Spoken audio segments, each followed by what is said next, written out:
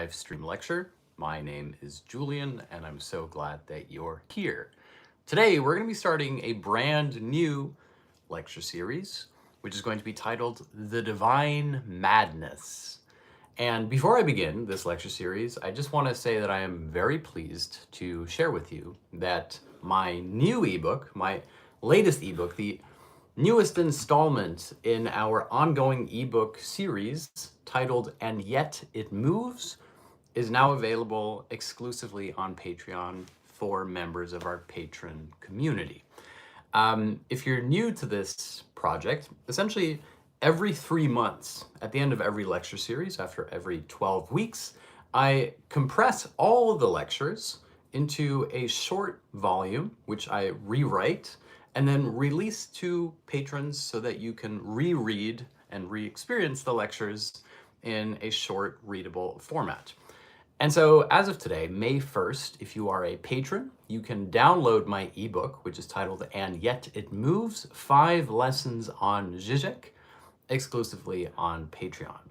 A huge thank you for everybody who supports my work, my writing, my teaching. And above all, I want to say that the patrons who purchased this book really do collectively help me keep these lectures and this community open access for everybody. It's something that I believe in very strongly, that education should be free, that everybody should be able to participate in learning. And so as a patron and as someone who downloads the ebook by purchasing it, you really make an invaluable contribution to this project and to my dream. So thank you so much. I hope you enjoyed the book. I genuinely feel that this is the best book I've ever released on Patreon. I feel really happy with it. I am so excited that you guys are going to get to read it. I really hope that it's going to blow your mind and that you're going to just enjoy talking about it on our community Discord, and hopefully it'll inspire your own writing as well.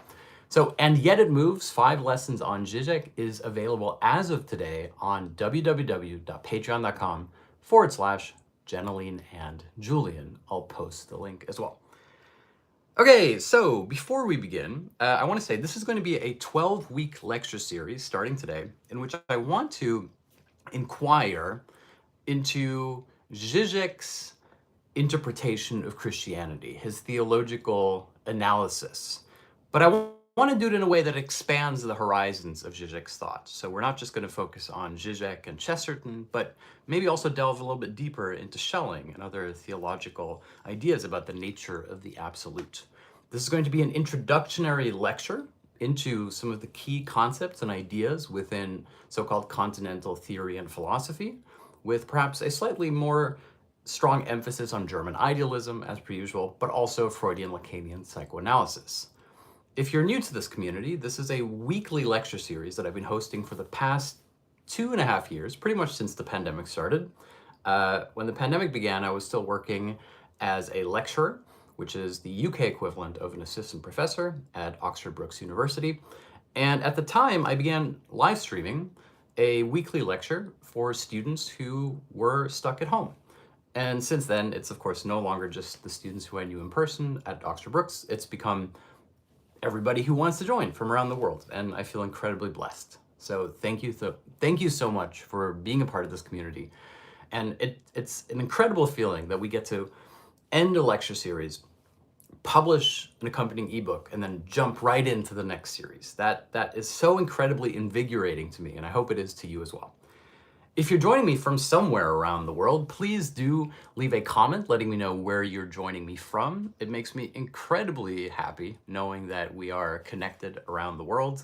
I know that some people think that this takes too long, but I think that this is like the very beating heart of this project, the idea that we can connect internationally. I see someone from Greece, I see someone from Croatia. Hello, good morning.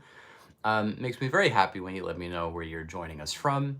Please do leave a comment letting me know. I see Dubai. Hello, good morning, Dubai. Reno, Nevada. I hope it's not too hot. Istanbul, Merhaba.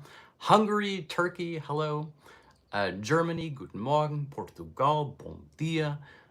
Columbus, hello, everybody. Chile, Russia, hello, greetings. Spain. That's wonderful. Thank you guys so much. That is incredibly wonderful. I'm so grateful that you've taken time out of your day to join me here to dabble in philosophy. Hello, Josh from Nigeria. Okay, so let's begin. I'm going to begin the lecture here. It's going to take about 45 minutes. Make yourself comfortable. And one more time, if you'd like to download my ebook, it is available today on Patreon, titled And Yet It Moves, 5 Lessons on Zizek. Here we go.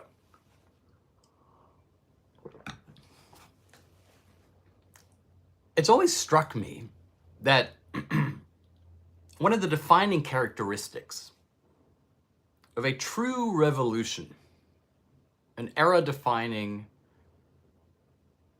movement in art, literature, politics, but above all in philosophy, that the general sign of a true revolution in human thought is always that it becomes accepted, it becomes at a certain point universalized, and yet nevertheless, the most radical core of its content, its most radical insight, remains repressed. Think about, for example, evolution. Today, it's a commonplace to refer to things like the survival of the fittest, the assumption being that there is a competition in nature by which the stronger categories win out over the weaker ones. Of course, this lends itself to a certain, let's call it, fascist eugenics way of looking at the world.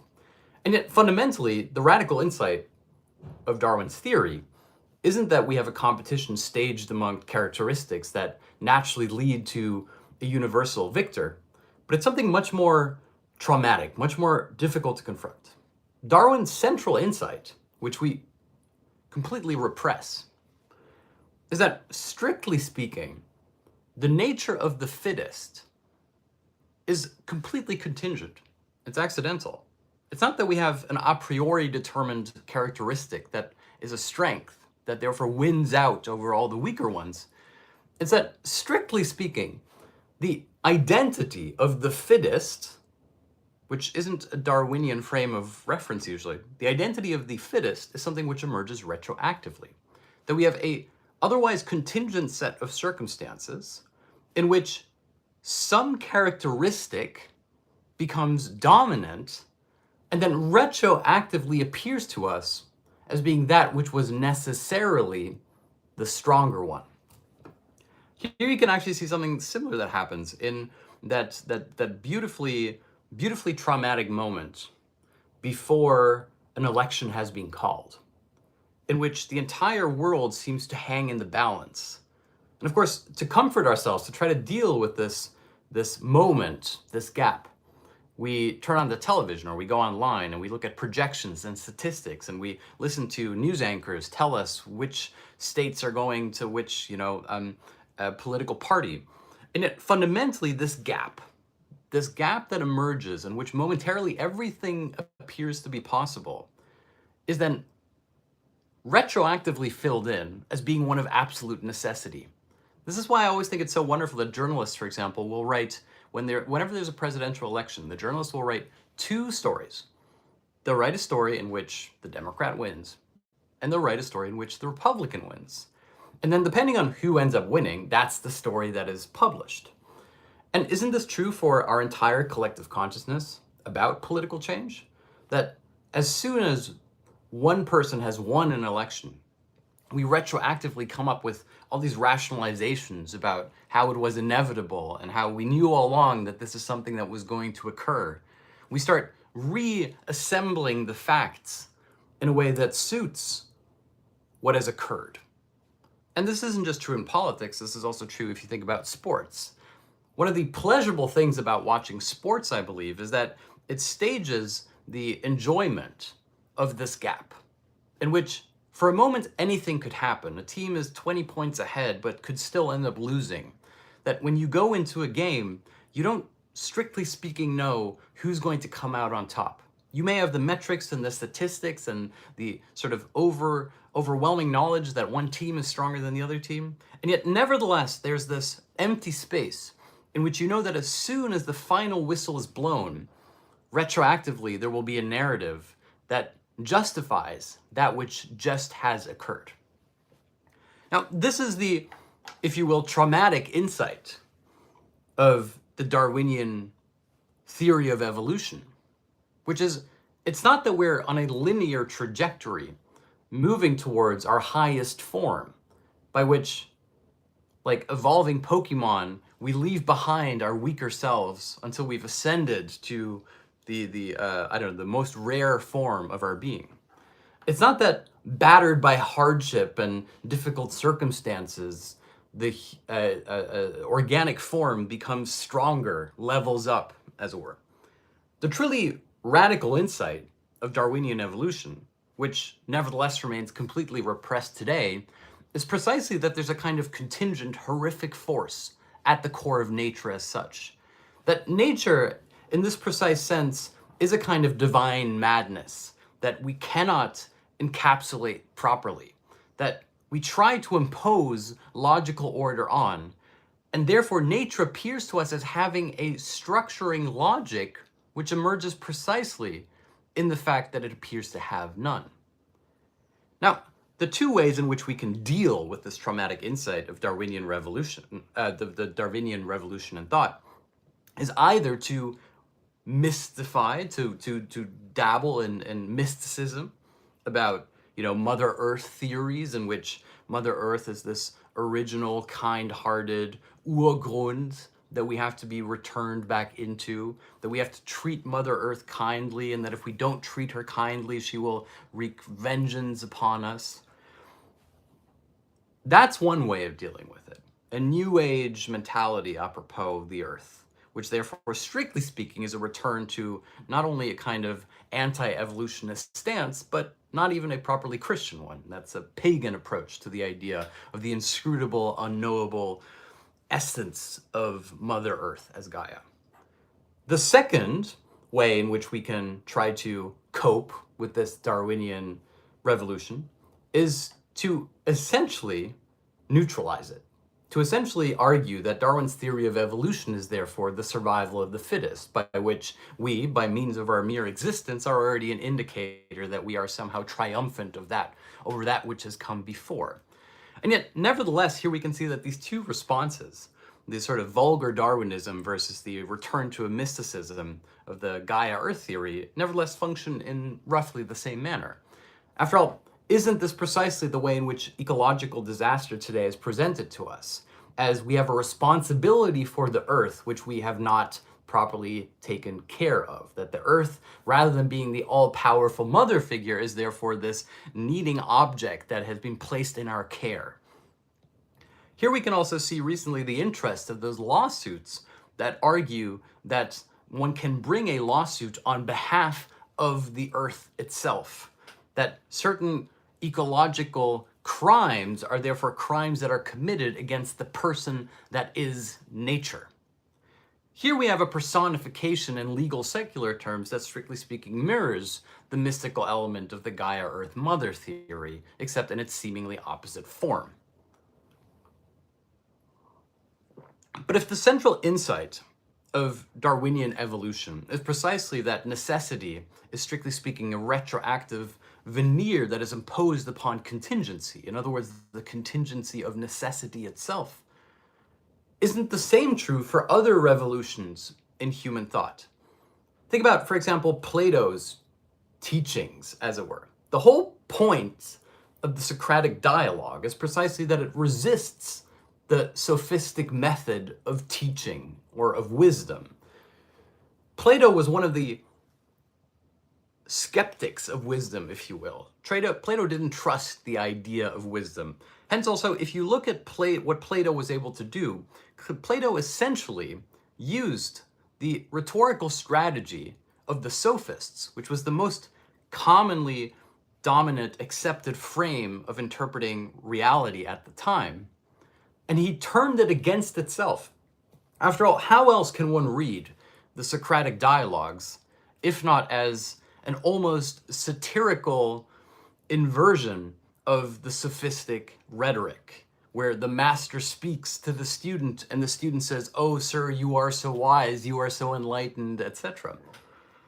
And so Plato's writing, his Socratic dialogues, are precisely a system against wisdom.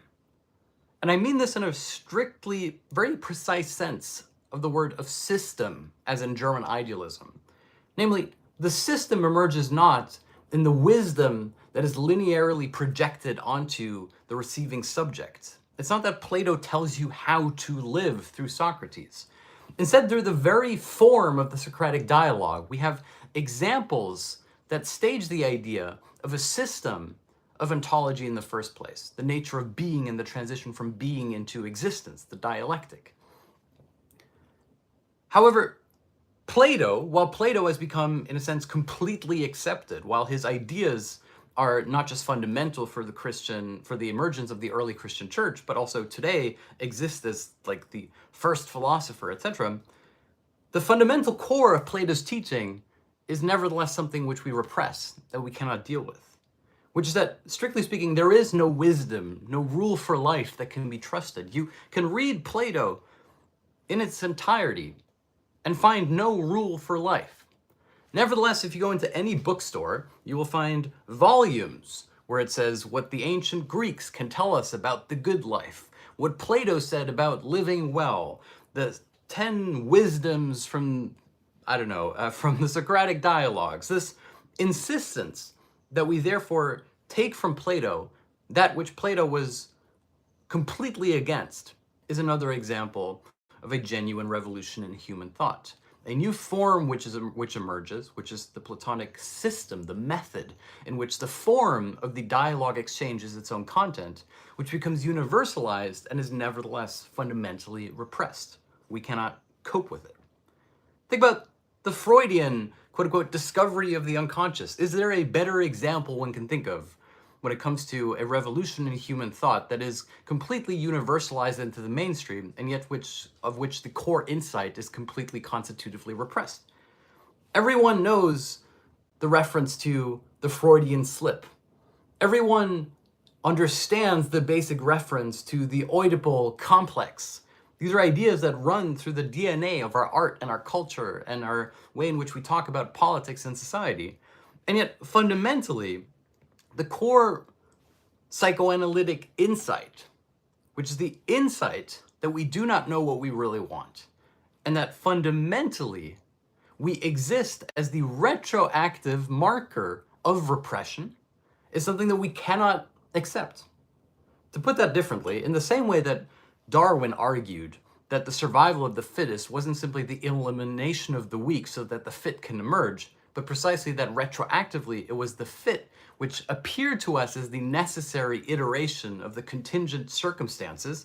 In a similar way, Freud argues that the very idea of a subconscious which has to be fought against, like Dr. Jekyll and Mr. Hyde, for the properly formed individual to emerge, Freud argues against the existence of such a self in the first place. That repression, rather than being something which hinders us, is, strictly speaking, constitutive. That we are nothing but a marker or a symbol of our own repression. Repression, therefore, is a contingency which retroactively appears to us as a necessity. And yet, this fundamentally traumatic insight about the nature of human psychology and being is repressed into a sort of pop psychological version by which Freud tells us that we want to sleep with our mothers and we want to fight with our fathers. Again, we can see two responses to the inability to deal with this insight. One, we have a return into a kind of mystical way of approaching human psychoanalysis, which is to say, well, what we really have to do is be in touch with nature. We have to go back to the natural form of living in which man is not out of joint, and all the symptoms and trauma that emerge are, strictly speaking, the symptoms and trauma of alienated life. Here we can then combine that with the more secular hysterical reaction that tries to refute the Freudian insight, which is to argue that therapy is something that can help everybody, and that everybody can be happier and more effective and more productive and more mentally well if they apply and adopt the key tenets of psychoanalysis. Again, we have here essentially what appears as something which is commonly accepted, a commonly accepted insight, a mainstream acceptance of a certain way of viewing the world, which nevertheless fundamentally goes against the very core of what made that idea so crucial. Of course, one could here argue on a supplemental note that in the United States, the truest sign of the persistence of the Freudian revolution in thought is precisely the enormous efforts that are made on behalf of clinical psychologists and their professional institutions to tarnish and, let's say, I don't know what word to use, to slander the Freudian tradition as being vulgar and perverse and something which should not be spoken of in polite society, etc. Now, if we have this argument that the definition of a genuine revolution in human thought is precisely that it becomes accepted, and yet in its acceptance seems to refute the very core radical insight that made it revolutionary in the first place, one cannot proceed without adding to this list Christianity.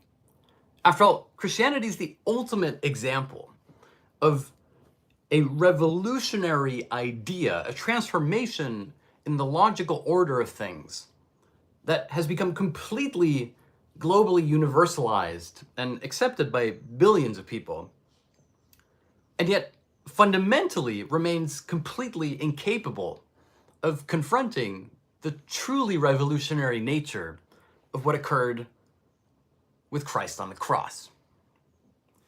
Now, on the one hand, you can see a kind of return to pagan mysticism, but through the lens of evangelicism. Things like, God is inscrutable, and one simply has to act knowing that God sees everything, and God is with you no matter where you go, and as long as you act in a manner befitting of the good, God will bless you with his divine grace. Of course, the inverse of this is the sort of emphasis on suffering, the romanticization that life is simply all suffering and that we will be redeemed by God once we enter into heaven, and that all the worldly considerations are therefore mere distractions from the divine bliss that we will enjoy for eternity once we are reunited with God. Here we have a kind of hysterical mysticist avoidance of the central logical principle of the New Testament, which is precisely to empty out this divine transcendental deity of the beyond, to bring God to earth, as it were, to sever this idea of the lost soul who has to be reunited with the Heavenly Father. The second version, the non-Christian response to the trauma, which is the Christian event, is precisely to, strictly speaking, neuter one's life from all Christian sentiment, namely to become secular, to no longer participate in the Christian tradition, not to identify as a Christian, and yet nevertheless to practice what are essentially the secular equivalents of this kind of neutered, universalized Christian ethic, such as be nice to your neighbor and try to treat others as you would like to be treated as well, or what matters is paying kindness forward, etc. We have this incredibly lovey-dovey, supposedly secular ethic, which is simply a watered-down version of the Christian ethic, but neutered of its more radical, traumatic content, which, of course, is the content of what occurs on the cross, which I'll return to later.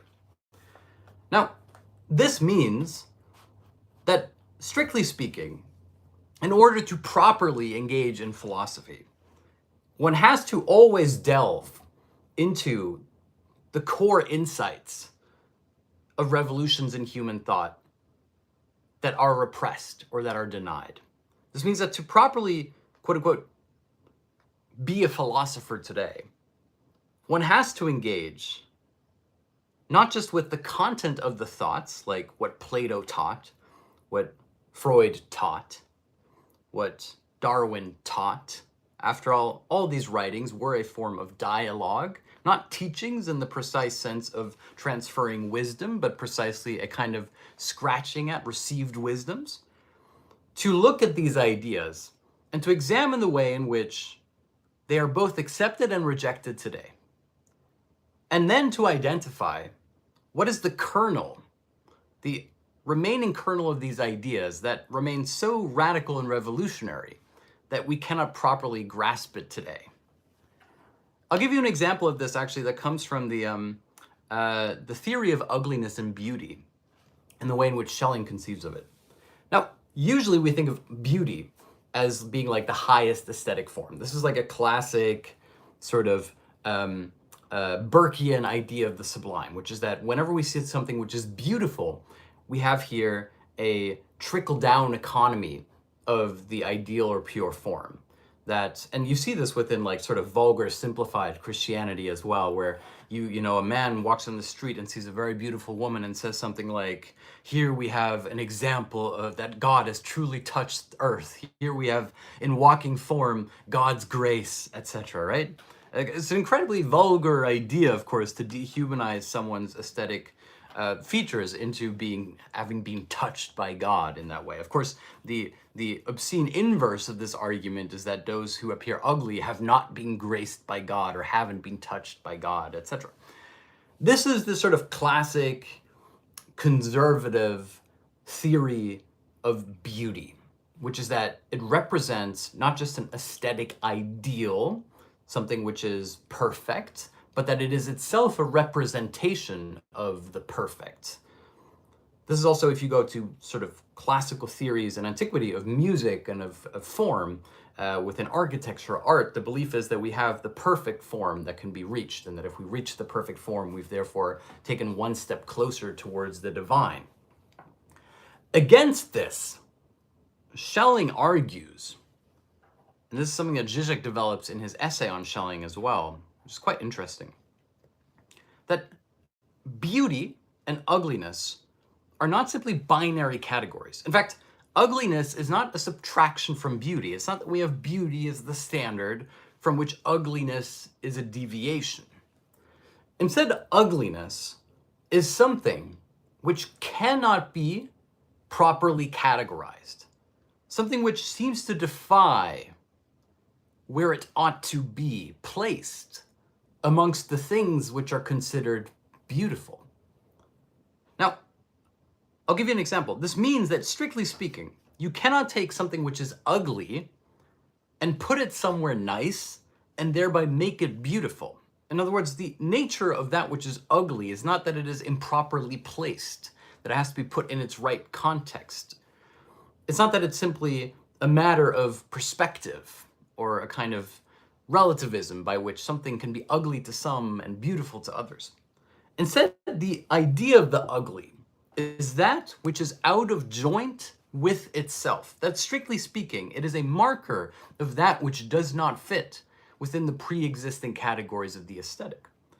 Think about, for example, Giacometti's sculptures called uncomfortable objects, which are these wonderful sculptures that are truly ugly, that take ugliness and bring them to the sort of like most aesthetic, if you will, pure form of ugliness. These are objects which are called uncomfortable objects, not because they make us uncomfortable, but because they refuse to be interpreted. Namely, their very existence is that they are out of joint. They cannot be properly assessed in a given space or by the human eye. They're uncanny in the sense in that they seem to be irreconcilable with their surroundings. In the same way that some people argue that the aesthetic ideal of modernist design or good design is that one can take something and make it look good anywhere. Giacometti's project in the uncomfortable object is to create a sculpture that wouldn't look good anywhere, that no matter where you put it, would raise eyebrows. And what's so key here is that he's not simply depicted something which we already believe to be ugly. It's not, here's an old, wrinkled person who we've decided looks ugly, or someone with a crooked nose. Instead, the object is itself the purest depiction of that which cannot be reconciled within the pre-existing given order of the beautiful and that which is supposedly less than beautiful. And what's perfect is that if you take the Giacomettian uncomfortable object, you can never add anything to it which will make it beautiful. You can never put a bow on it or lipstick or anything that would thereby raise it to the level of the beautiful. Instead, the uncomfortable object exists as a pure marker of the irreconcilable difference which is in itself the object of ugliness. Now, here one has to make, from my mind, the transition to Zizek's interpretation of the Lacanian real. Because the way in which Zizek argues about the Lacanian real is that, strictly speaking, the real relates to reality in the same way in which ugliness relates to the beautiful. Let me put it like this.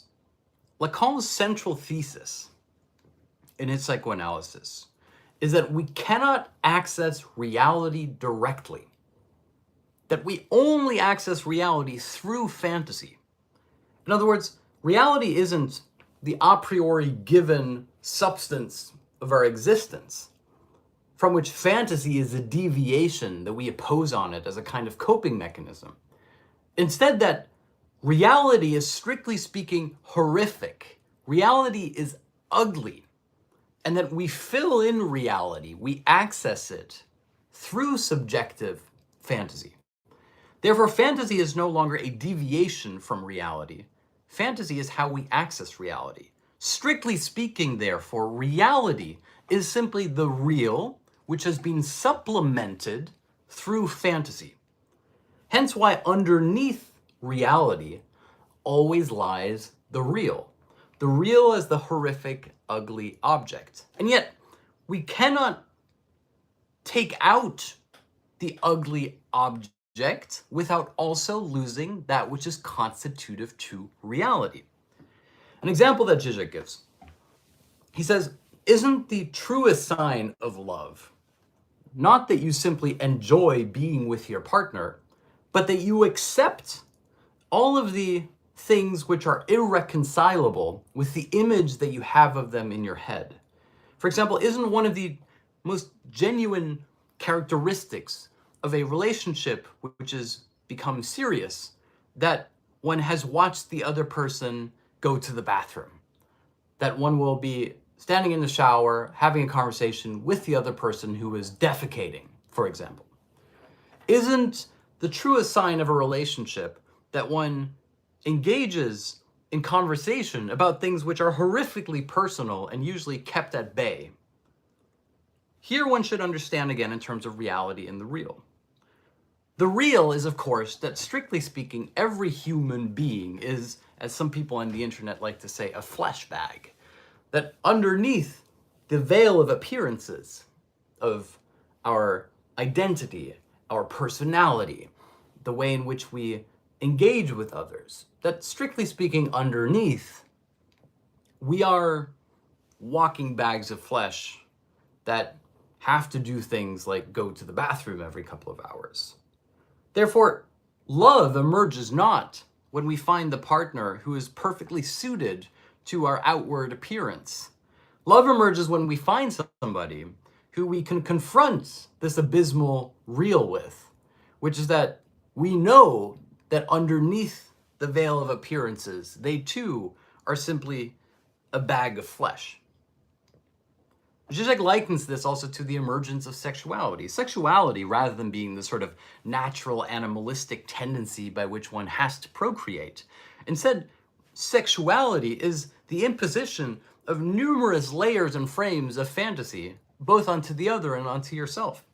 That when you engage in intercourse, and a characteristically sort of obscene Zizek example, when you engage in intercourse, rather than having an authentic experience by which you are truly engaging with the other person in their most intimate self, strictly speaking, when you are engaging in intercourse, you have to supplement what is the vulgar bodily movement of two reproductive organs rubbing up against each other with the idea of romantic love and intimacy and arousal, etc. In other words, the mistake here would be to say that these fantasies are diminutive of the actual sexual act. Instead, nothing is lost in fantasy and everything is gained. Namely, the truly subjective, i.e., human experience is precisely to supplement the vulgar material reality, the underlying real of what sex is, with a supplemental fantasy.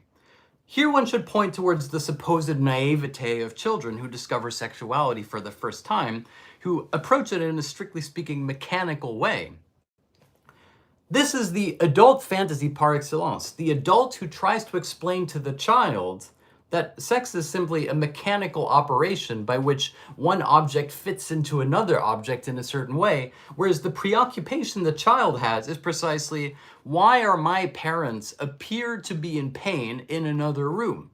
This is the original Freudian repression, is the repression of the knowledge of the parents' sexual identity as such. Now, what Zizek is arguing here, therefore, is that if reality is something which we access through fantasy, that the real is this sort of underlying, obscene, vulgar core that we cannot confront, that we completely universalize it, and yet fundamentally we cannot look it directly in the eye. Hence, another characteristically vulgar Zizek example. Zizek says that the main way in which the real functions today can be seen in all of the psychological drama that we place into disposing of our own waste. That the entire libidinal economy surrounding going to the bathroom and producing waste, and the way in which we hide waste, and the way in which we try to pretend like it doesn't exist, how we increasingly create the fantasy that we are these wasteless creatures who simply subside on air. This is the most direct representation of the way in which the real has to be kept out of sight. That fundamentally, if we think about the fact that the food that we imbibe, therefore is immediately turned into the excremental waste, we cannot confront this directly. It's too much. Hence why for Lacan, we become anxious when we get too close to the real. When we inquire into what lies underneath the comfortable functioning of reality as such. That anxiety, therefore, is a category of truth. That the closer one comes to the underlying real, the more uncomfortable one begins to feel. In other words, it takes a primordial repression of the real in order for reality to appear constitutively natural to us. Hence why the argument that man has to return to nature to be in his truest self is, strictly speaking, a further semblance or a further fantasy. There used to be a beautiful series, a comedic series from one of the co-creators of The Office. I believe the man's called Carl, in which Carl would participate in a travel show. And the idea of the travel show was that Carl would go to these exotic places like the Amazon, visiting foreign cultures for authentic experiences with the other, etc. And the comedic premise of Carl, I think this is what his name was that rather than participating in the sort of revelatory exuberance of the usual travel show register, which is to say, oh my goodness, look how beautiful everything is, I cannot believe the pyramids were created, etc. This kind of overwhelming appreciation of the expanse of human existence. Instead, Carl performs a much more, if you will, realist gesture, which is Carl shows up in other people's cultures, like he goes to the Amazon, and he'll say something like, I cannot believe that you continue to shit in the forest. Or they'll present him with some authentic food that's a big part of their cultural ritual and religious identity. And he'll look at it and he'll say, oh, that looks disgusting. Of course, the comedic inversion is that he is not performing the role of the enlightened tourists who bathe and immerse themselves into the authentic expression of the other's identity. But instead, isn't there something truly poignant, truly philosophical about this gesture from Karl? Which is to say that when you are presented with something that is, as Lacan once put it, an object elevated to the level of the thing, that the philosophical question is therefore not to simply accept it as given, but to say, to me, this is not right. What is this that to you is in this more beyond the thing that it is? This excessive part, this constitutive plus one, by which something emerges out of what is otherwise the material gunk, can only therefore be viewed properly by the foreigner, by the complete stranger. This is also how one should interpret that for the Greeks. The original insight that the Greeks had, which was irreconcilable with the Roman state ideology, was that the person who was able to speak truth about Greek civilization was the barbarian. Here we can see one of the transitions from Greek antiquity to Greco-Roman culture, which is that the Romans adopted everything that was good about Greek society, and yet fundamentally resisted the core of what made Greek society so revolutionary. Which is to say, they adopted the art, they adopted the culture, the mores, the references to the gods, and yet fundamentally they refused to believe in one of the key insights of Greek culture, which was that it's the barbarian who speaks truth about that society. And that democracy, rather than being the authentic representation of the will of the people, which one can immediately recognize as being an authoritarian fantasy necessitated for the rule of what would become Caesar, namely, I am the embodiment of the will of the people, that the early form of democracy that we see in Greek was precisely the idea that there had to be a category of people who were outside of life, radically out of joint, who could therefore be the ones who were representative of that society. What this means is that once again we see here a transition into Greco-Roman society by which everything becomes about the natural order of things, how the state can be created to exist in its highest form, which does not reflect the underlying ideology within Greek writing, Greek poetry, Greek culture, Greek theosophy, which is precisely this idea of society as an inconsistent, ugly thing that is out of joint, that cannot be properly placed, that within this has its necessary humanly constitutive being. I don't want to go too far on Greco-Roman. That would be another lecture, because I have to bring this back to the point. So if for Lacan, the argument is that the division between reality and the real is that reality has to be supplemented by fantasy so as to avoid confrontation with the real therefore becomes the irreducible Urgrund upon which reality is based. Hence, we have to resist the temptation that if we scratch beyond the surface of appearances, we can dig underneath and find the real and therein find truth. One of the examples that Zizek uses from Terry Gilliam's movie Brazil is the fancy restaurant in which when one orders an expensive piece of food, one is presented with an image of the food, but underneath the image lies a plate with a kind of excremental blob, a gray, pure material form. Here we have what happens when you scratch underneath the surface of appearances and you find what food really is.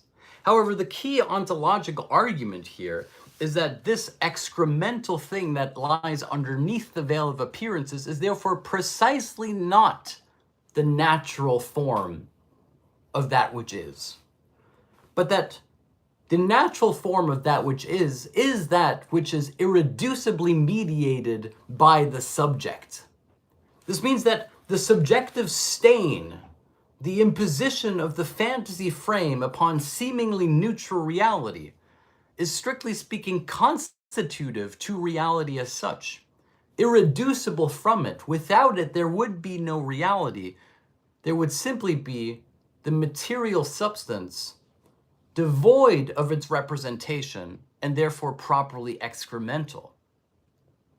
Now, Zizek makes an argument about this that we can trace, which we will throughout the remaining lectures, back to Christianity.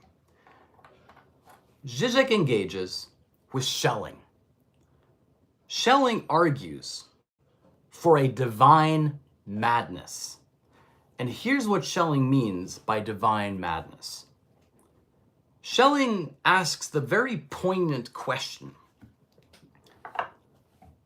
if reality, existence, is simply the interplay of appearances, then the question should not just be, where or when did it all begin? Who made the fundamental gesture of fantasy frame? After all, we know the answer to that question. In the beginning, there was the Word, the self-positing of God through Logos. The properly philosophical question for Schelling is what came before this beginning? In other words, it's a problematization of beginnings. What had to happen in order for the word to be spoken by God in the first place? How do we get to in the beginning? There's a beautiful line from Giacometti here, since we're talking about Giacometti, where he says, "We have gone too far, and yet we have not gone far enough." And strictly speaking, this is also what Schelling argues. He says that in philosophy, we have gone too far. Through the Hegelian dialectic, we've properly analyzed the manner in which substance equals subject, in which what had to die on the cross was the God of the beyond, as Hegel puts it, the emptying out of the absolute divinity into the subjective stance. However, the Schellingian question, which then emerges, is what had to happen in order for this to happen? Here you can see the direct continuation of what is therefore a Kantian inquiry. Kant's argument is never what appears to us. Kant's argument is always, how is it that something appears to us in this way? In other words, what is the pre-framing that has to occur for us to recognize something as existing in the first place? It's like the famous line from the judge who said, "I don't know what pornography is, but when I see it, I know it." Kant says the same thing, except Kant isn't interested in the nature of pornography. Kant wants to know the nature of this, "when I see it, I know it." That is the question. How is it that when you see it, you know it? What is the pre-phenomenological framing that has to occur or be accepted as given for something to appear to you in the first place? Schelling simply theosophizes this Kantian inquiry, this method, by saying, in order for there to be the word, logos, the beginning, what had to occur in order for there to be the beginning in the first place? In other words, what comes before the beginning? Now, the Schellingian answer, which is absolutely beautiful, is to say, strictly speaking, it cannot be something that comes as a precedent to the beginning. After all, if the beginning is truly a beginning, it cannot have a prequel. There can't be something that happens before.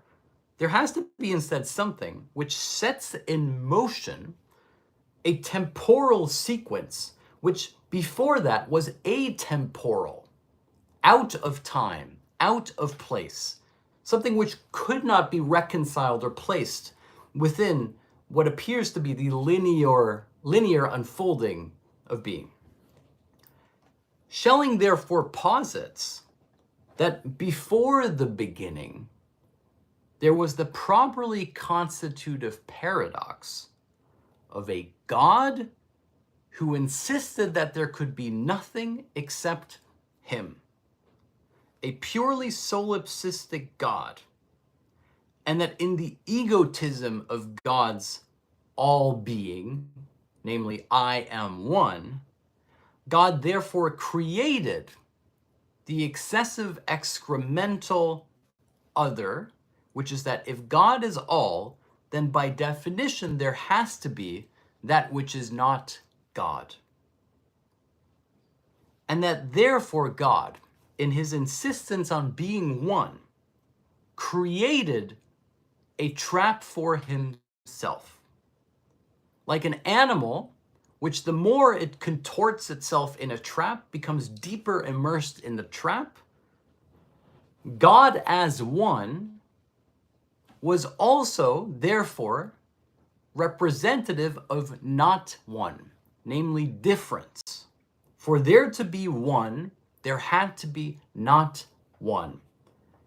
And God, in his, according to Schelling, egotism, could not accept that there was anything outside of him. And that in the desperate contortion, which Zizek describes as a God in pain, and which Schelling describes as the divine madness, God's solution or gesture to being wholly one, including in himself the difference which was otherwise external to him by nature of being one. God created the word. God spoke.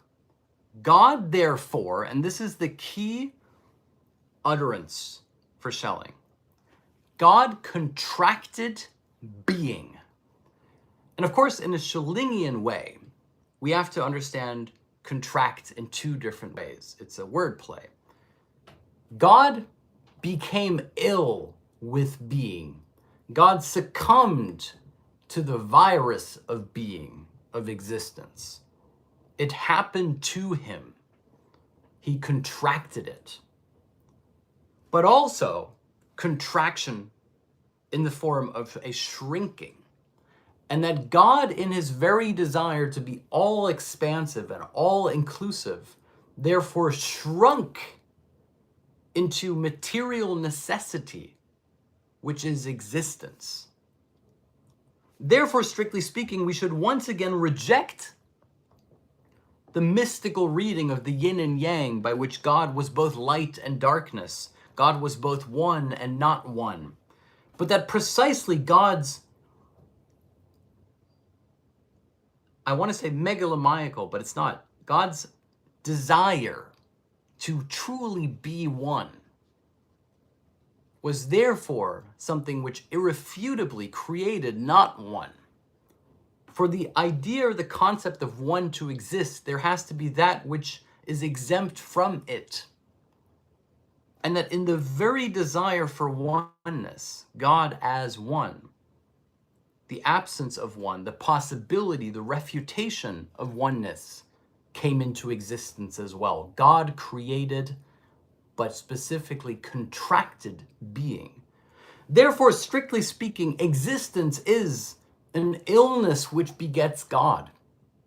The divine madness of God's throes within the irreconcilable movement of incorporating difference into himself, which therefore emerges as the only solution being that of the unfolding of existence as God in everything. In other words, the problem of God is not the not the existence of God.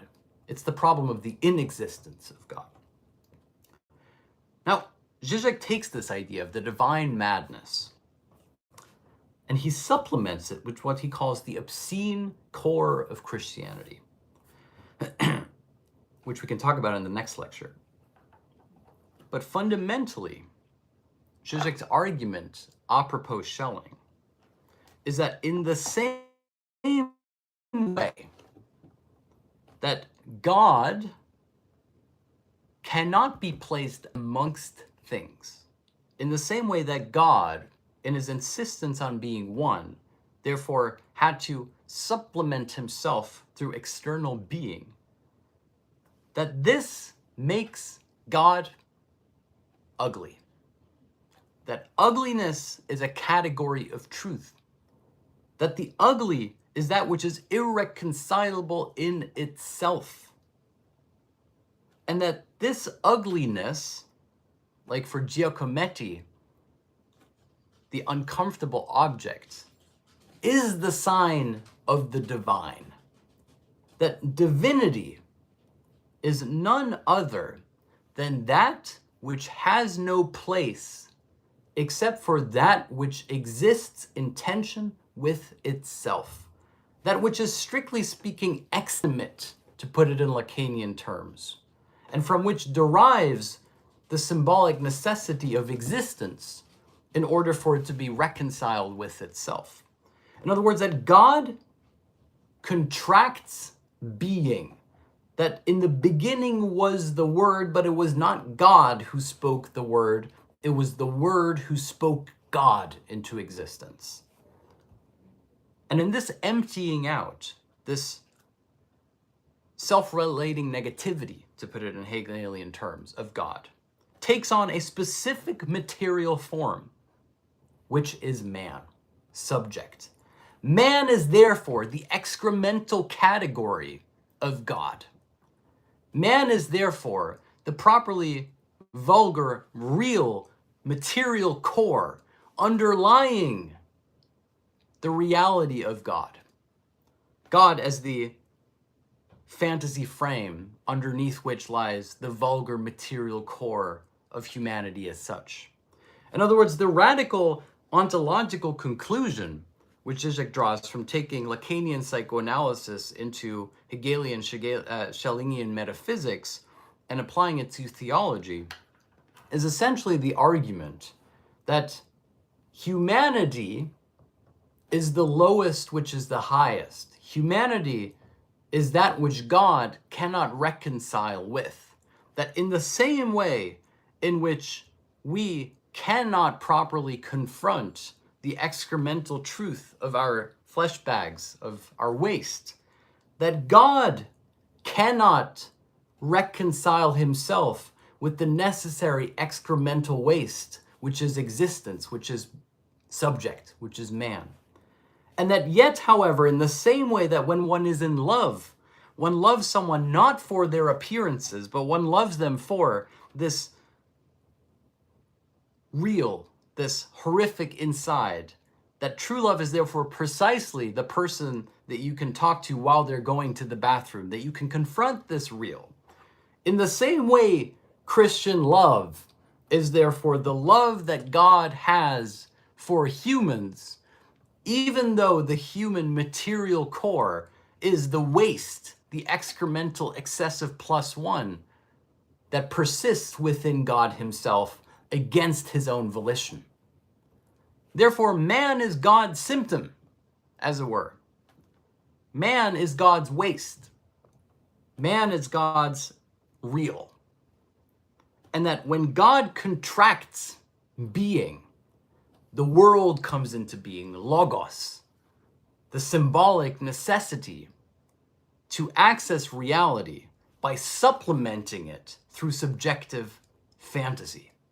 That is the traumatic core of the Christian conception of God, which of course we cannot confront, which we therefore have to neuter into the idealization of a divine man in the sky who blesses us with divinity and all-seeing awareness.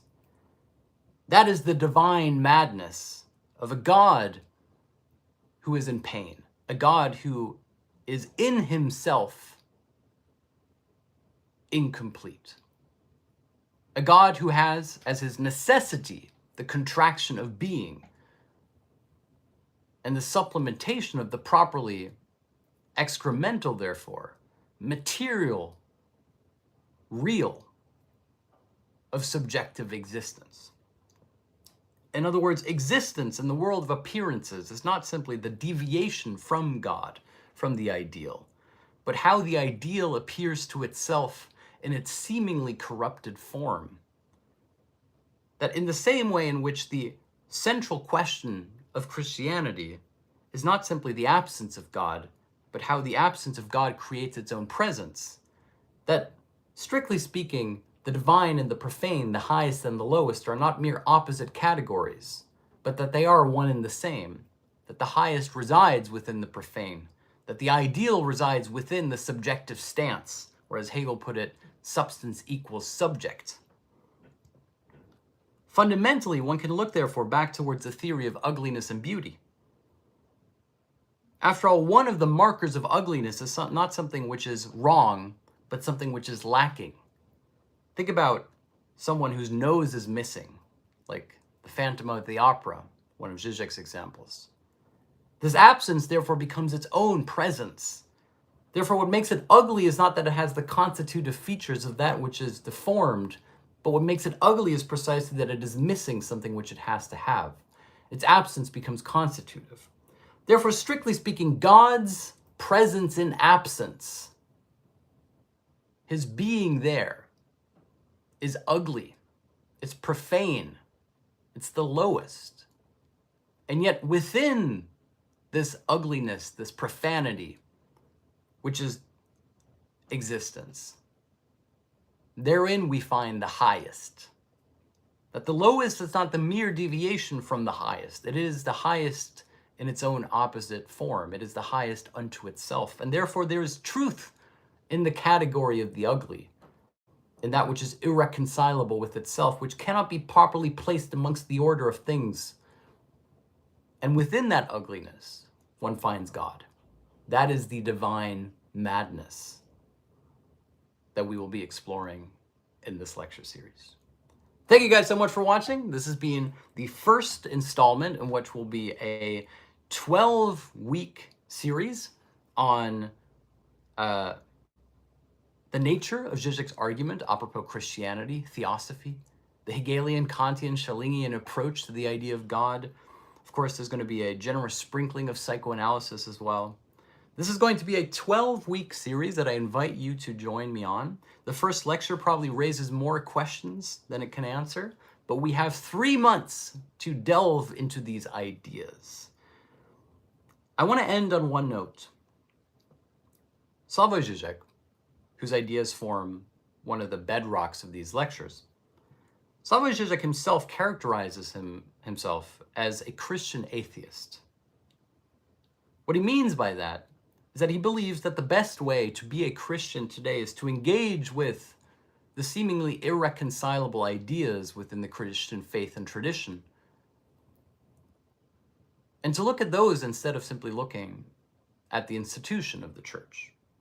Zizek himself argues at the end of his book, The Puppet and the Dwarf, that perhaps the only way to be a true Christian today, and I don't agree with this, but this is his argument, that perhaps the only way to be a true Christian today is to refuse to engage with the institution of the church, and instead to insist on the centrality of Christian arguments and ideas within the tradition of philosophy, and the necessity of the task of the philosopher, which is therefore to properly be aware of them.